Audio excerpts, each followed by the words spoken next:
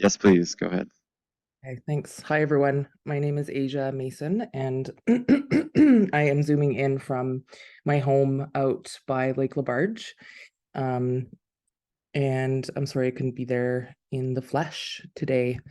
I'm the executive director of the Yukon Status of Women Council. So we are a not-for-profit organization, non-governmental organization that's been operating for over 50 years. I guess this is our 50th year. Today, as you can see from the title in front of you, we're going to be talking about the Yukon socio-economic data gaps and its implications for evidence-based decision making. Our mandate as an organization is to promote gender equity and systemic change using the tools of community-based research, policy analysis, as well as education. And you're going to see some really great examples of why this particular topic is so dear to our hearts. So I couldn't choose which quote to put up because they're both so good. On the one hand, we've got data being positioned not just as data or being about data, but it's a very arrangement of power, profit, inclusion, equality, and basically the foundation of what structures our society. My mom, Shannon Olson, she works at the Yukon Archives, and she dug up this quote from Thomas Berger. Some of the folks in the room might remember in the late 70s during the Mackenzie Valley Pipeline inquiry, Thomas Berger was somebody who was pretty loud about the limitations on data, especially socioeconomic data, in relationship to how justifications could be put forward for this particular pipeline's development.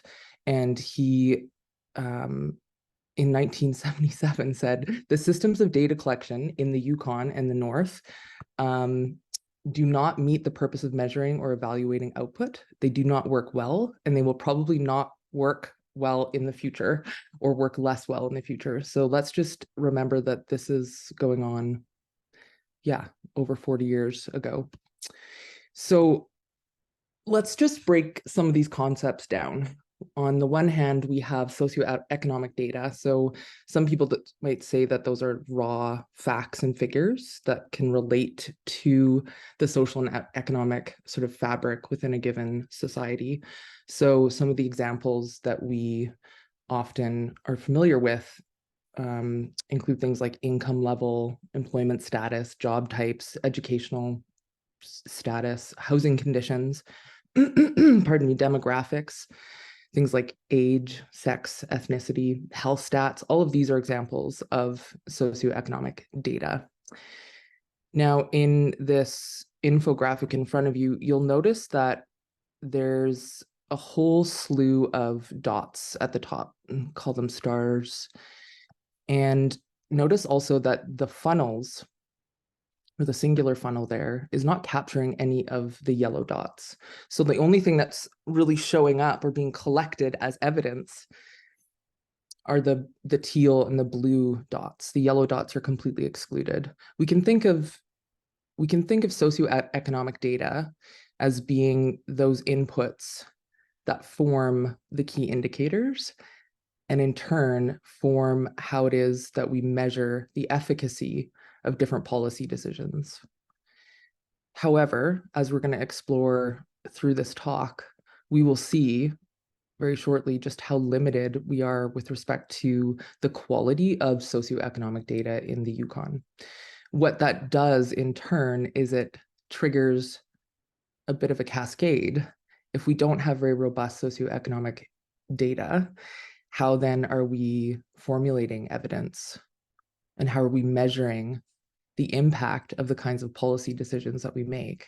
And in turn, how do we transform those limited evidence into key indicators that actually measure the performance of the population? So for us as an organization, we are in the business of, like I mentioned earlier, promoting gender equity, and we use research to do that. So we've spent quite a lot of time contemplating what it is that constitutes rigorous and quality data, especially in the context of the Yukon. Number one, as you can see in front of you, we believe that quality socioeconomic data is disaggregated, meaning that we can determine different combinations of that first gray ring around the person in the blob. So aspects of identity are considered in relationship to the systems of power, that second blue ring, as well as institutions and structures. So disaggregated data is data that allows us to know, for example, both the gender and the ethnicity of an individual within that population. An intersectional analysis is essentially a way for us to glean the relationship between institutions and structures, systems of power, and those individual aspects of identity. So, for example, how does an Indigenous woman in the Yukon, how does her experience with the education system or the political system or the economic system, how does that manifest? And so this kind of consideration is called an intersectional analysis. The third criteria for us in terms of what constitutes quality socioeconomic data are data that you can access. So we're not going to go too deep down the rabbit hole, but in any place that has a small population, we're always going to face what Paul Kiszczak has kind of popularized, this notion that big N is smaller than little n. So if you're familiar with statistics, a place like the Yukon, the population size is often too small to generate statistically significant outcomes. That is to say, quantitative kinds of methodologies are often not applicable, or methodologies that end up having a lot of limitations in as far as they can tell you what's happening in the lived experiences of people in the Yukon. So the takeaway from this slide is that from our perspective, what constitutes quality socioeconomic data in the Yukon are data that are disaggregated, meaning that we can tell different aspects of a person's identity, like their gender and their ethnicity. It's intersectional, i.e. we can examine the relationships that exist between aspects of identity and the various other structural features. And it also needs to be accessible. So the title of this presentation talks about evidence-based decision-making. So we definitely need to get our definitions straight here. So for us, evidence-based decision-making is a process that involves systematically reviewing and using the best available evidence to inform and guide policy decisions, practice, management, and at the end of the day, how money is flowed.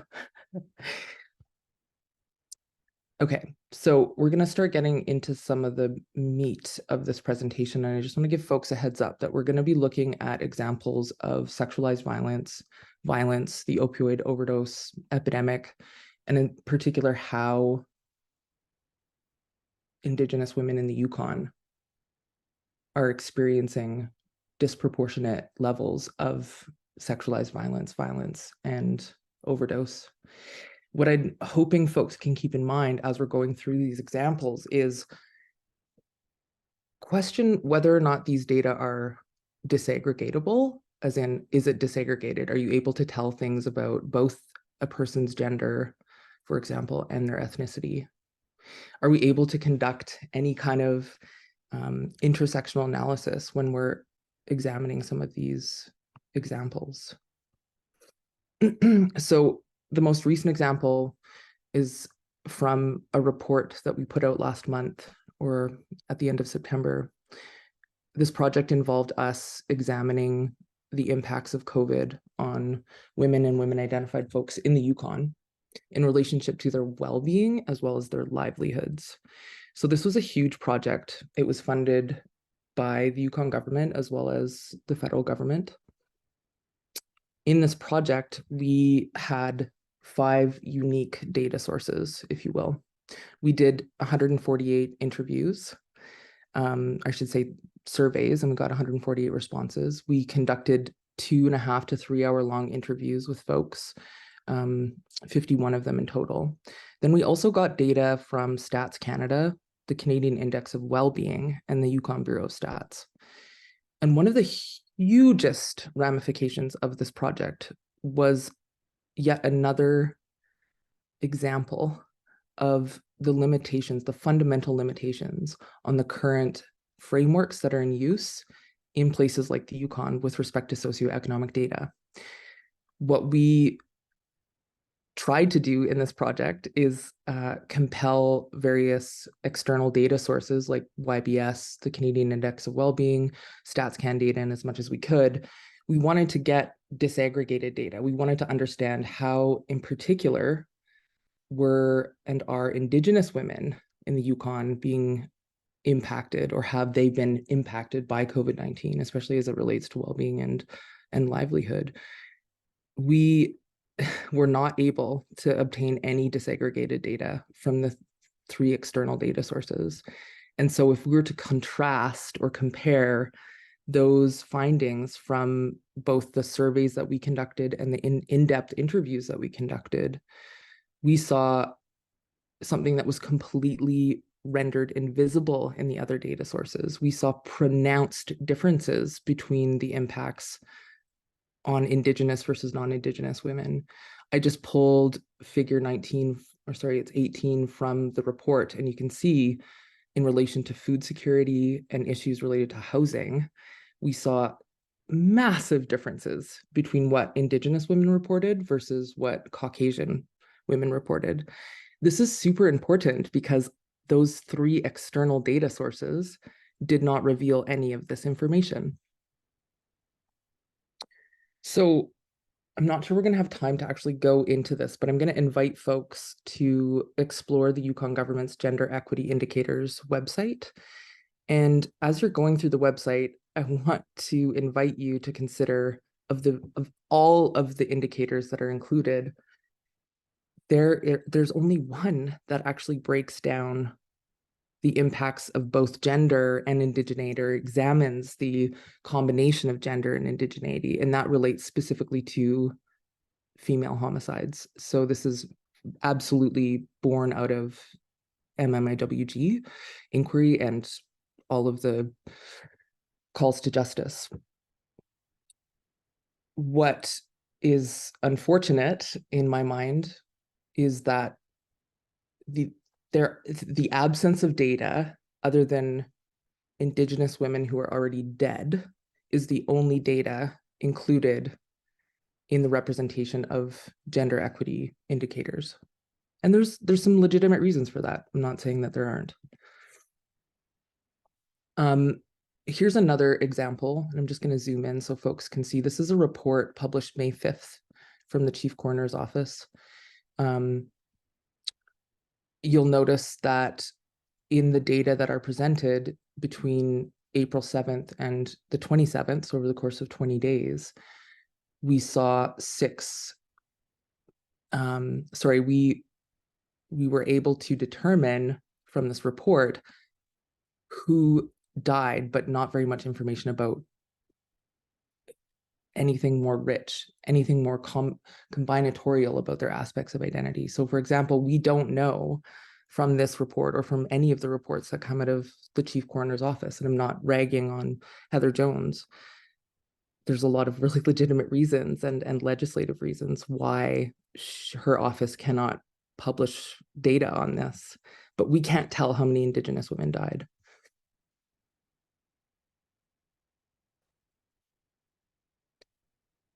This is just a screenshot from StatsCan. Specifically, this is looking at the number of occurrences or incidents of sexualized violence in Watson Lake. And as you can see, we have the number of sexualized assaults, but we don't know much about the gender or the indigeneity or any other information about who experienced that level of violence. Now, I'm just going to kind of bring this all together and zoom in on this is a decision document for the Kudzakaya project. And notice that one of the accepted recommendations from YESAB for the proponent, BMC Minerals, was for them to co-create a program that will determine the extent to which their project, the Kudzakaya project, will have effects that are associated with violence against women, with special considerations for Indigenous women in Watson Lake and Ross River. And so we'll just flip back to this previous slide. And are we able to tell how many Indigenous women, for example, reported sexualized violence in Watson Lake? Not from the data that are available. We cannot. And so this is just a glowing example of a decision that was perhaps made without an awareness or recognition of the limitations of socioeconomic data, or what data are available. So this is a very quick and dirty kind of encapsulation of what the implications are of low quality socioeconomic data. We know that misrepresentation of reality can occur. That is, we can have inaccurate or incomplete data that can result in a not very accurate reflection of reality or the real conditions of the people who are living in that space. It can also, of course, lead to inadequate addressing of issues. So if key socioeconomic indicators are not accurately captured due to poor data quality, because policies may fail to address the actual issues, we're essentially going to have exactly that, the inability to effectively respond to the issues that are happening. We're also going to have resource misallocation, pardon me. So that means that we can have decisions that are based on flawed data, and it can lead to the inappropriate allocation of resources, either by overlooking those folks who are, in the margins of the margins and aren't captured in these typical sort of colonial data frameworks and data nets. And ultimately, it can lead to lack of trust and a lack of compliance. When we know that policies are derived from low quality data, we have a tendency to lose faith in that institution. That institution or government can lose credibility, and it can ultimately lead to reduced public trust and therefore compliance, in whatever that means. So for us, we want to situate the work that we do to leverage a more robust and more creative approach to data in the North. And that, for us, starts with how it is that we define evidence in policy and legislation. So, for example, at a federal level, the Canadian government has very clear and explicit wording with respect to how regulations are written as they're interpreted from acts, such that evidence and evidence-based decision-making is prioritized. And while the Yukon is young in a colonial sense, and the various orders of government that exist in this space are all in the process of developing these kinds of data governance frameworks and approaches to how we ought to more accurately measure what's happening for people in the Yukon, I think it's very important for us to consider how we word and concretize the importance of evidence in legislation itself. So not only broader definitions of evidence, but also mixed methods approaches to acquiring quote unquote data. So for us, we like to kind of envision ourselves as the folks who are kind of paving this yellow road alongside many other advocates who work hard to amplify the voices of those who are not captured in your standard data nets. Mixed methods approaches involve things like community-based research and participatory action, but it also involves gaining access to the quantitative or like socioeconomic data that does exist and being able to build off of that, recognize the gaps that are fundamentally there and are not fixable, and bolstering around that. We also see a huge need for capacity building in the territory. And by capacity building, as it relates to data and socioeconomic indicators and evidence-based policymaking or decision-making, for us, that means data literacy, understanding that we need to increase how much the average Yukoner understands about data. We are consistently relying on data that is omitting entire swaths of the Yukon's population because of things like privacy legislation or cell suppression rules, or just, you know, not having a very cohesive definition of what constitutes evidence. You said you have about a minute or two, so just want to give you that. Thank you. That's perfect. That's so perfect. Okay, so I never thought, pardon me, that I would ever quote John Maynard Keynes. I don't even know how to pronounce his name, but he's an economist, an old, what do they say, male, stale, pale, dead dude. And I mean, he did nail this. There is nothing a government hates more than to be well informed, for it makes the process of arriving at decisions much more complicated and difficult. We know that's true in the space, but the Yukon prides itself on being a trailblazer. We have for a very long time. And I think that we have an opportunity to really set the standard for rural, remote, and northern spaces as we try to increase the efficacy and responsiveness of the decisions that we make at a macro scale or at a macro level, and honor the fact that community-based research, listening to the local context, believing what people say without them having to report formally to these more colonial and, I think, inaccessible a lot of the time data collection processes. So I'm going to leave it there because I could talk about this for a very long time. Thanks, Asia. We'll just see if there's any questions from folks online or in the room. And for what it's worth, anybody who starts out a presentation quoting Thomas Berger has instant street cred in my world. I know, right? It's so good. It's so good. So good. He That's was fantastic. like, I was like so young when that, well, I was born in 83, but I just remember both my parents just being like so struck by that whole process. And I just love that he's still relevant in so many ways. Questions for Asia on a lot of really important, deep information there? Some of you are reaching and scratching your head, but I'm like ready to go. Good. We have a question for you, Asia. Hi, Asia. My name is Emma Eaton, and I just, through your presentation, you kind of, I think quite generously said a number of times, like, there's some pretty good reasons for this, like, I'm not gonna try and throw this person under the bus. And I just wondered, like, if you had any ideas for, like, some ways to do some workarounds, or if what the reasons are and what ones are negotiable and what ones aren't, I guess. I don't know.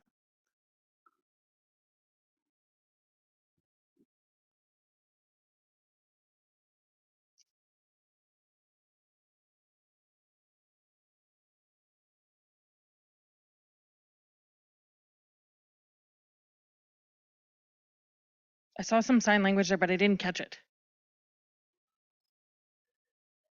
Oh, you're on mute. That's great. We asked somebody a question for you, and then she's put something in the chat. Help, Stephanie! It worked.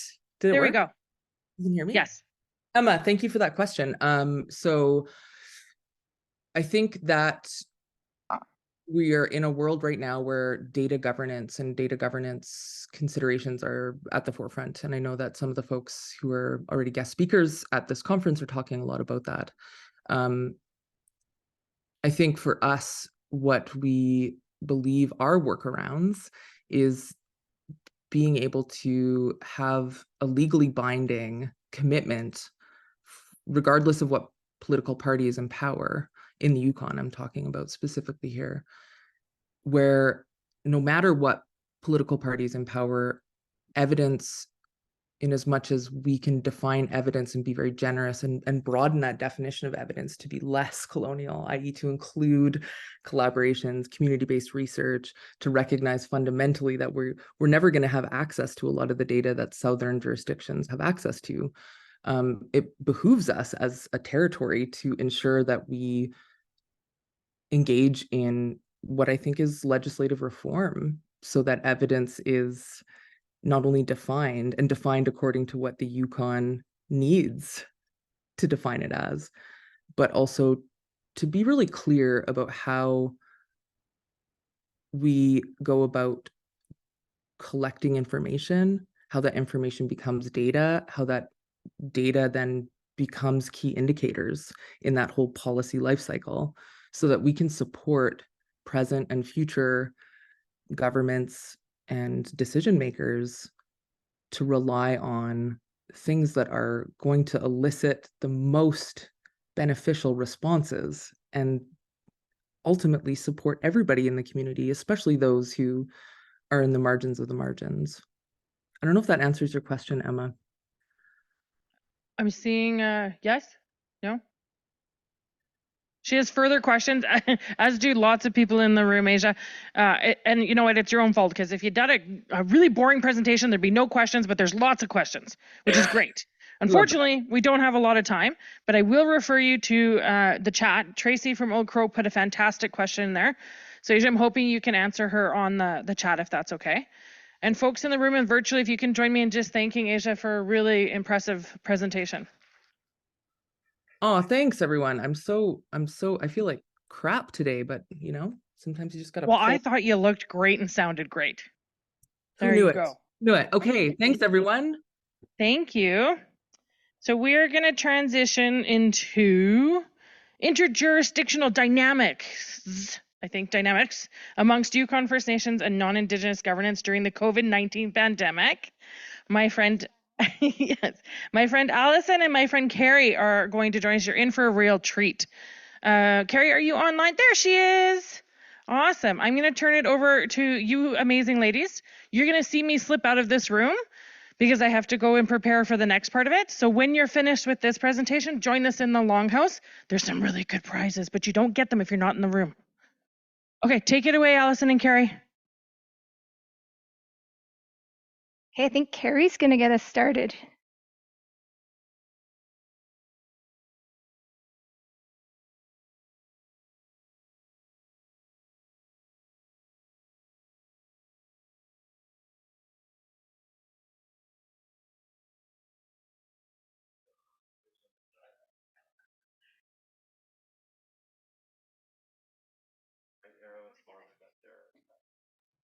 Oh, there we go. Can you hear me now? Yeah. Okay, great. And I've just lost my There we go. slide deck, so just give me a second here. There we go.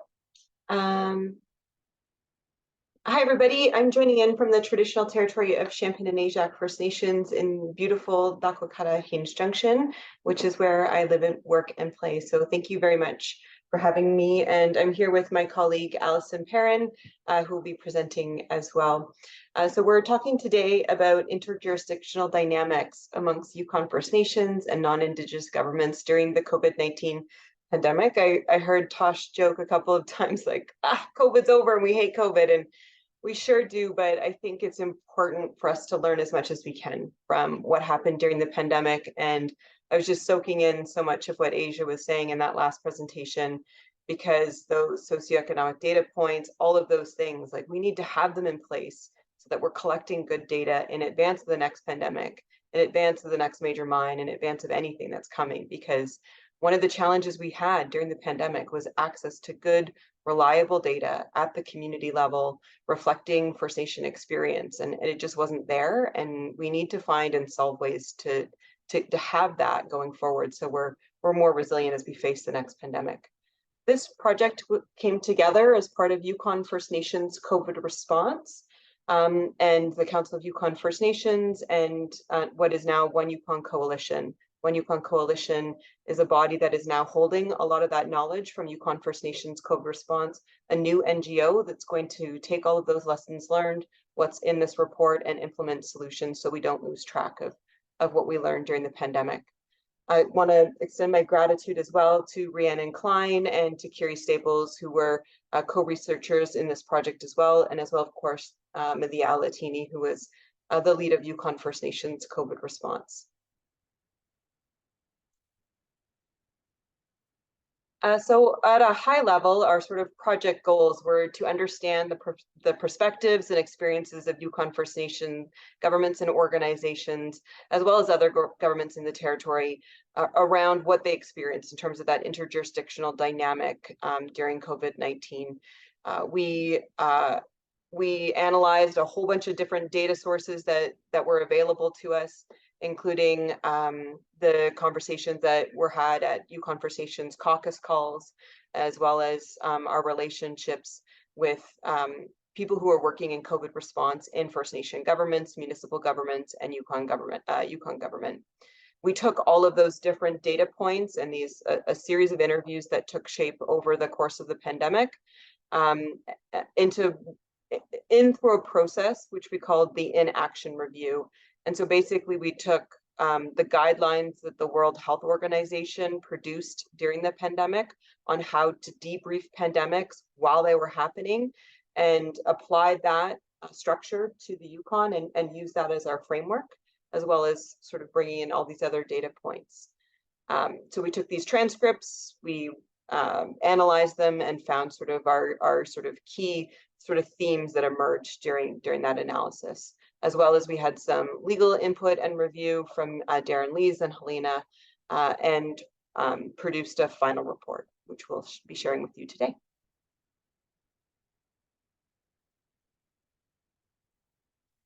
And so whenever we were doing our in-action reviews on the pandemic, we always began with, what was your first memory of the pandemic? It seems like forever ago. I mean, it seems almost like a distant memory now in many ways. But for many, it was the declaration of the World Health Organization. For some, it was the cancellation of basketball. For others, it was the toilet paper crisis. There are sort of so many different things that sort of come to mind when you're thinking about the beginning of the pandemic and what sort of started it all. In order to kind of chart how we saw the pandemic over the last 3 years, we developed what we called sort of our timeline of events. And this is based on the experience that we observed from Yukon First Nations COVID response. Yukon First Nations COVID response came together with Chiefs caucus calls with the Chief Medical Officer of Health and government officials, sometimes twice a week during the pandemic, and then sometimes more like monthly. There was also Yukon First Nations COVID response communication working group, and that working group met weekly and then moved to bi-weekly throughout the whole pandemic. So this timeline is really the culmination of the experience of those collaborative spaces. And we saw sort of these different phases of pandemic response. And we cheekily call the first 4 months of the pandemic the, oh crap, we're in a pandemic phase, where really we're all just sort of scrambling and trying to figure out what's what and how to proceed. And then we move into that sort of first spring and summer, which is our first reopening of 2020. And then we transition to what we realize is going to be our new normal for a period of time as we reopen our schools in September 2020. And that's when we saw the first death here in the territory. And that's really because we had closed borders and limited access into the territory with required isolation to help keep COVID at bay. Then we move into the vaccine phase, which we were all very grateful to receive the vaccine in such great number and in such rapid response, and being able to move that out across the territory very quickly. And then as we enter into graduation season, summer 2021, we experienced our first real wave of COVID-19. As you know, hundreds of Yukoners are found to be in isolation during the pandemic. After that, on the insistence of chiefs, we look to find new ways to bring testing to the people, and that's why Yukon First Nations COVID response and Yukon First Nation governments were the first to bring rapid antigen tests to the general population, and that happened in the fall of 2021, immediately after we saw the tremendous impact of the pandemic within the First Nation communities. And then, of course, we had Omicron enter the scene, which basically collapses the testing infrastructure across the country. And so you see the precipitous drop there in the number of cases that are being reported because they're no longer being tested. And then we enter into the phase of living with COVID-19. And so just moving to the next slide, and I just want to sort of echo again on what Asia was talking about when it comes to data. One of the things that we were able to access with a tremendous amount of advocacy during the first real wave of the pandemic was data on the impact of the pandemic on First Nation Indigenous populations here in the territory. And so during that first real wave, we saw that 56% of the cases, 63% of the hospitalizations, 56% of medevacs, and 50% of the deaths here in the territory were within the Indigenous population. And given that only 22% of the territory identifies as Indigenous, I mean, it was obviously greatly disproportionately affecting the Indigenous community. And now I'm going to pass it over to my colleague Allison to talk about sort of the lessons learned. I'm going to walk you through some of the results and key findings from our project. And in the final report, there are tangible recommendations for each of these key findings. These are shared on the slide with illustrative quotes. I just want to note that where names are shared, we were given permission to share them. And so much has happened since then that there's been turnover and change. So some of the people have moved out of their positions, but we listed them with their position at the time because that is what they represented when we talked with them. So early on, the YFN COVID response team was developed at CYFN. Mathia was hired to coordinate between First Nation governments, YG, and the federal government. And Carrie was the main point of contact for First Nation employees looking for supplies and information. And this was critical throughout the pandemic. We heard this consistently in all of our inaction reviews, and it contributed to collaboration between First Nation governments, but also between First Nation governments and YG. It also strengthened existing relationships. We found that a formal body and processes are necessary to coordinate planning and response amongst Yukon First Nations in a wide-scale emergency. And we recommend that this type of position and this type of formal body be carried forward, and that those roles and responsibilities be formalized to support relationship building and collaboration between Yukon First Nations and also with YG. And you can think about this in terms of COVID response, but also emergency response or other types of collaborative decision making that needs to happen. I can barely see you with these, but there we go. Okay. Early in the pandemic, there were examples of good relationships with the CMOH and Aboriginal relations that supported Yukon First Nations. Those relationships built from regular communication, so ongoing meetings, phone calls, community visits. Champions within a variety of organizations supported those relationships. Those champions were critical.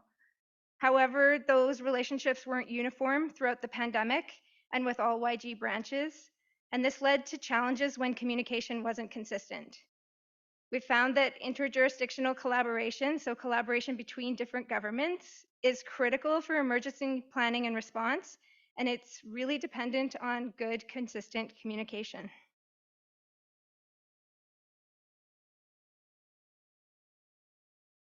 As well, we found that rural and Yukon First Nation communities have unique considerations that need to be considered during emergency planning and response. Yet there were examples of communities rallying together.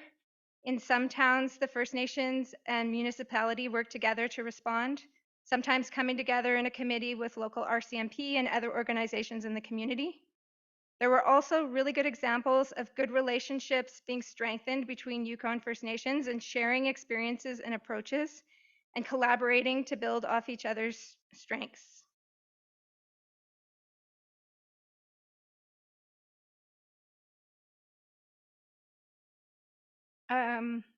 We heard earlier today, and this was something that we heard through our project, that Yukon First Nations need access to data as soon as it is available, but also to technical guidance and plain language information to make decisions for their citizens. So lack of access to data, in particular First Nation specific data, was an issue throughout the pandemic. And it affected how First Nations could respond to care for their citizens. I think that quote is really powerful. It did not allow First Nations to have the information, the data, the knowledge that they needed to appropriately respond with the smallest possible footprint. And I think there were also examples of this relationship starting to grow where there's data sharing agreements that are beginning to be formed between YG and some First Nations where that will lead to more data sharing in the future, specifically around health data.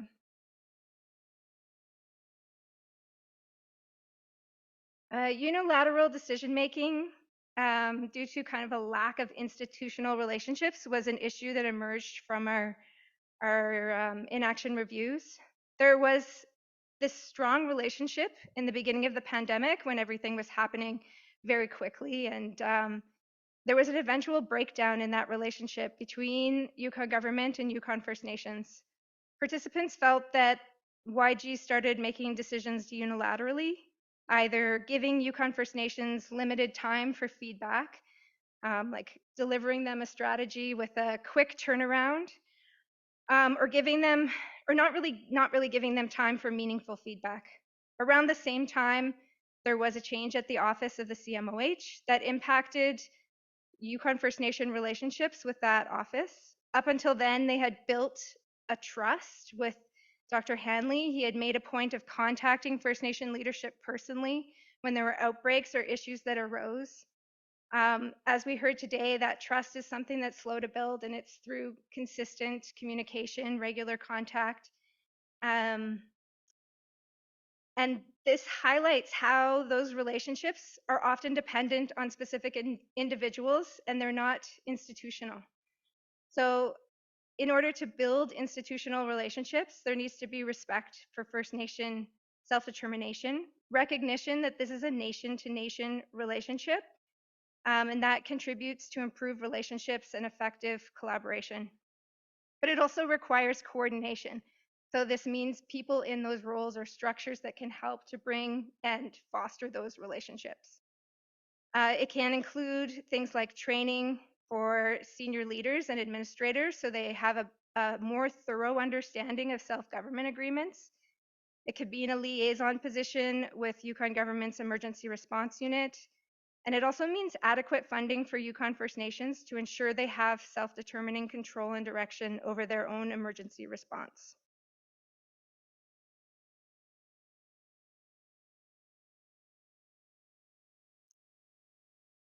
We also heard that Yukon First Nations needed access to information and sometimes someone to translate technical health information into plain language.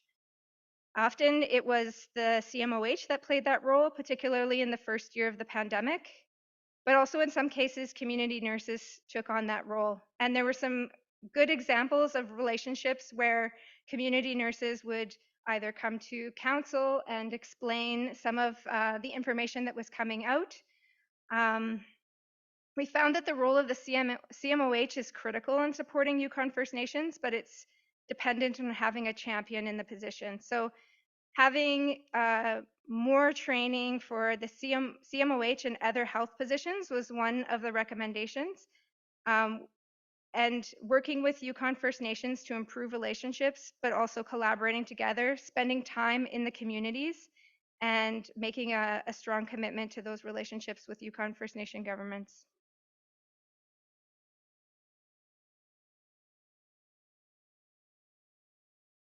There were multiple examples of Yukon First Nations leading the way in their communities during the pandemic, but also in other emergency situations that have arisen in the territory over the past few years. There have been so many. It's been 3 years of just constant stuff. First Nation-led planning emphasizes community-relevant response measures and ensures that First Nations ways of knowing, being, and doing are at the forefront of emergency response. There are opportunities to further develop or expand Yukon First Nation emergency planning and response, but it requires support. There also needs to be mechanisms available for navigating conflicts and relationships between governments. So when one government declares an emergency, how does that impact other governments and how do they respond to that? Yeah, there are lots of examples of Yukon First Nation and municipalities working together on this emergency planning and response and taking advantage of the strengths of each.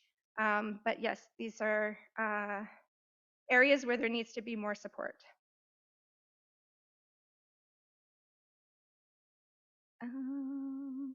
We heard Mithia mention this morning the need for structures.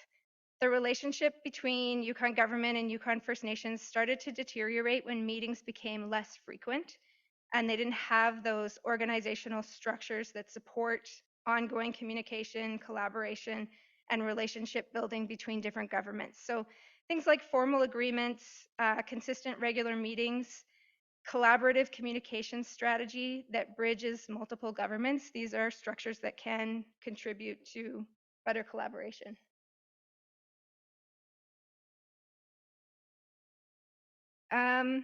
There are opportunities for emergency response in the Yukon to reflect First Nation ways of knowing, doing, and being, including in communicating and organizing things like vaccine clinics, where community strengths can contribute to success, as we saw during the pandemic. There are also lingering questions around jurisdiction in relation to First Nation declaring a state of emergency and the responses that flow from that decision. Self-government agreements provide such powers. However, they are not discussed in CEMA, which currently CEMA is the Civil Emergency Measures Act, and it is up to be reviewed in the near future.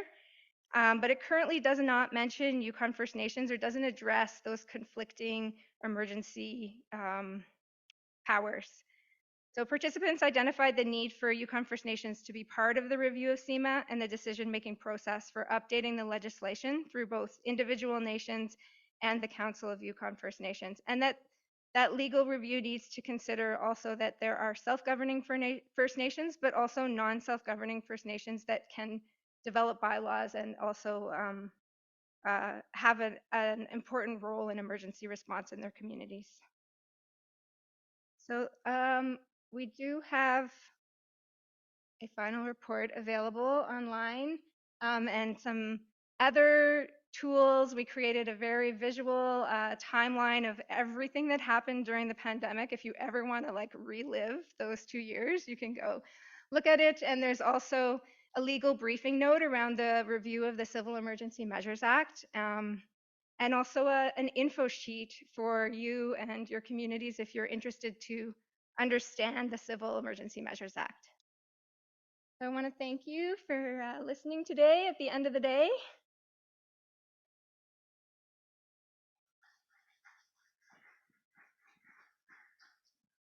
That was fantastic, and I can't wait. And I say this with honesty, I can't wait to read the final report because I've been waiting for it. So that's exciting. Questions? Questions? Good. Everyone's excited to get to the door prizes. I mean, I don't blame you. There's some kick-ass doors. Oh, I almost made it through the day without swearing.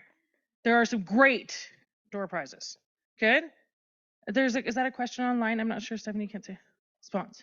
Last one. Okay. Well, Carrie and Allison, thank you so much for that amazing presentation and for your hard work during and after COVID, even though COVID's not over. During and after the first wave of COVID, I don't know. Thank you guys so much. You heard it here first. COVID's not over. Thank you. Round of applause. Thank you.